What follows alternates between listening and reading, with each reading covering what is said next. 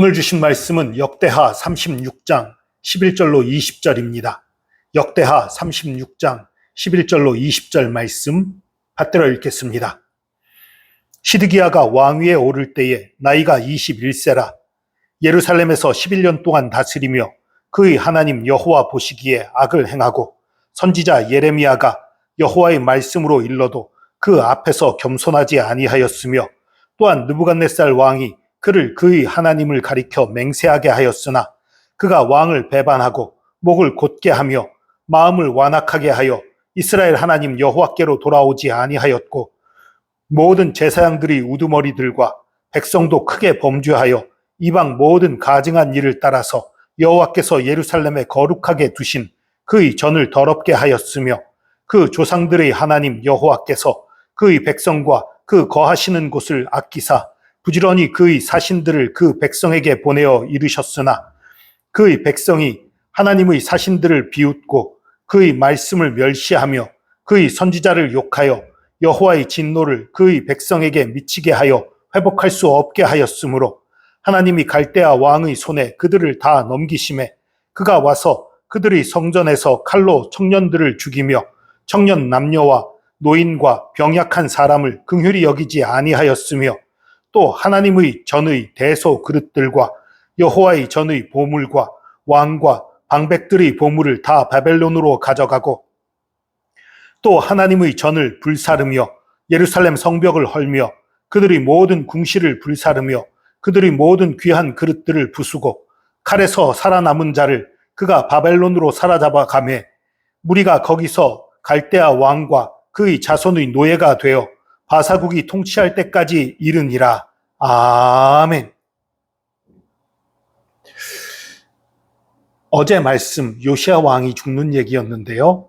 오늘 새 왕을 뛰어넘고 유다의 마지막 왕이었던 시드기야 왕 그리고 유다의 멸망에 관한 말씀이에요.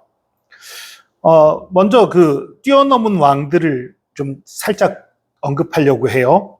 근데 이들을 따로 언급하지 않은 이유는 이 요시야 왕 이후에 네 왕이 모두 악한 왕이었어요. 모두 하나님 앞에 순종치 않는 왕들이었어요. 거역하는 왕들이었어요. 그 점에서 동일해서 그냥 시드기야로 넘어간 겁니다. 요시야의 아들, 넷째 아들인 여호아하스가 요시야를 이어 왕이 됐어요. 왜 넷째 아들에게 왕위를 줬는지는 잘 모르겠어요. 어쨌든 여호아하스는 3개월 만에 이집트에게 포로로 잡혀갑니다. 요시야가 죽게 된 이유가 갈그미스로 바벨론과 싸우러 가는 이집트군을 막아섰다가 전사하게 됐다고 말씀드렸죠. 이집트가 갈그미스에서 전투를 합니다. 바벨론에게 패해요. 패하고 돌아가는 거예요. 돌아가는 길에 아마도 이집트 왕이 그런 생각을 한 것 같아요. 체면을 생각한 것 같아요. 아, 왕이 그 왕체면에 지고 가는데 뭔가 없을까 하다가 가만 생각해 보니까 유다가 생각난 거예요. 그래, 가는 길에 유다라도 내가 갈그미스로 급하게 가는데 이걸 막아섰던 이 고약한 유다라도 박살내고 가자. 거기서 전리품을 얻어가자. 유다를 공격해요. 그래서 그 3개월 만에 이 여호아하스 왕은 이집트의 포로로 잡혀가고 그리고 이집트 왕 느고는 그 요시야 왕의 둘째 아들이었던 여호야김을 왕으로 세워요. 유다 왕으로. 그리고 가요. 이 여호야김은 11년 동안 통치를 해요. 그런데 이 여호야김 통치 시기에 바벨론이 침략해 옵니다. 그래서 상당한 고관과 귀족들이 바벨론으로 포로로 잡혀가요. 이때 다니엘도 잡혀가요. 어쨌든 그 여호야김 때 그런 일이 있었고요. 11년간 통치한 후에 그가 죽고 그의 아들 여호야긴이 왕이 돼요. 근데 이 여호야긴도 3개월 만에 폐위됩니다. 또 바벨론이 침략해 와서 이 여호야긴 왕을 잡아가요.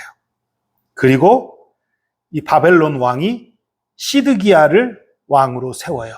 시드기야는 요시야 왕의 셋째 아들이에요. 그러니까 마지막 그 4명의 왕은 그 3명이 요시야의 아들이고요. 한 명은 요시야의 손자였어요. 어쨌든 이 시드기야 때 멸망하게 됩니다. 시드기야는 11년 동안 통치를 하는데 계속해서 하나님이 선지자들을 보내어서 말씀하세요. 회개하라. 그리고 또 특별히 바벨론을 거역하지 마라. 그렇게 말씀하시는데 안 들어요. 특히 계속해서 보냈던 수많은 선지자 중에 가장 유명한 선지자가 누구입니까? 예레미야라는 정말 유명한 선지자를 일으켜서 그를 통해서 엄청나게 많은 말씀을 전하세요. 그런데 안 들어요. 여러분, 예레미야를 하나님이 보내셨다라는 얘기는요, 비록 하나님이 유다를 멸망시키기로 정하셨을지라도 그 선대 므낫세 왕의 죄악 때문에 유다를 멸망시키기로 결정하셨을지라도 이때라도 회개하면 늦춰지거나 돌이킬 수도 있는 거예요. 그런데 끝내 회개하지 않고 끝내 거절하고 끝내 거역하는 거예요. 그런데요, 너무나 이상한 건요, 이 당시에 이들이 선지자의 말들을 거역하는데요. 거역하는 이유가 뭔지 아세요? 특별히 예레미야가 바벨론에게 순종해라, 바벨론 거역하지 마라 라고 말할 때에 그 예레미야를 매국노 취급을 하고 막 가두기도 하고 막 그래요. 근데 그 이유가 뭐냐면 하나님이 지키는 이 나라를 그럴 리 없다. 하나님이 지키는 이 나라가 멸망할 리 없다. 이런 생각인 거예요. 그러면서 우상숭배를 해요. 정말 웃기는 짬뽕들이지요. 하나님 말씀에 철저하게 순종하는 사람이 하나님이 지키시는 이 나라가 멸망할 리 없다 이렇게 말하면 말이 되는데 온갖 우상숭배하면서 하나님이 지키시는 이 나라가 망할 리 없다라고 그러는 거예요. 너 가짜 선지자다 그러는 거예요. 이 얼마나 말이 안 돼요? 근데 여러분, 이 일이 오늘날도 일어나고 있어요. 자칭 그리스도인이라고 하면서 점 보러 가는 사람 얼마나 많은가요? 타로 카드 같은 거 뽑으러 가는 사람 얼마나 많은가요? 자신의 별자리에 따른 운명 확인하려는 사람 얼마나 많아요? 지금 이 시대에 수많은 사람들이 하는 행동이 시드기야 때의 그 잘못된 믿음들과 다를 바가 없는 거예요. 온갖 우상 숭배들, 하나님이 싫어하는 것들을 하면서 하나님이 나와 함께 하시니까 나를 지키실 거야. 하나님이 이 나라를 지키실 거야. 이 나라와 함께 하실 거야. 그러면서 하나님께 순종하지 않는 거예요. 그러면서 하나님 앞에 엎드리지 않는 거예요. 이게 얼마나 어리석고 미련한 일인지 여러분, 늦기 전에 순종해야 합니다. 늦기 전에 순종해야 합니다. 오늘 순종해야 합니다. 오늘 주님 앞에 엎드려야 합니다. 오늘 회개해야 합니다. 여러분, 요시야가 잘했던 것이 무엇이었습니까? 말씀대로 했던 거예요. 말씀에 하지 말라는 건 하지 않는 거고, 말씀에 하라는 건 하는 거고, 없애라는 건 없애고, 그대로 순종했던 것, 그것이 요시야죠. 오늘날 많은 사람들이 어떻게 살아갑니까? 하나님 믿는다고 말하면서도 에이 그건 옛날 사고방식이지. 아이 혼전순결 에이 그 옛날 사고방식이지. 아 낙태 좀 하면 해야지. 낙태도 좀 필요하지. 동성애가 어때서? 하나님 말씀에 자기 마음대로 내 뜻대로 내 생각대로 고집하고 내 뜻대로 살아가면서 하나님이 지키실 거야. 사랑의 하나님이니까 지키실 거야. 심지어 이런 말 하는 사람들도 있죠. 사랑의 하나님이 지옥 같은 것을 만드셨을 리 없다. 여러분, 만약 지옥이 없었다면 예수님 십자가 안 지셨습니다.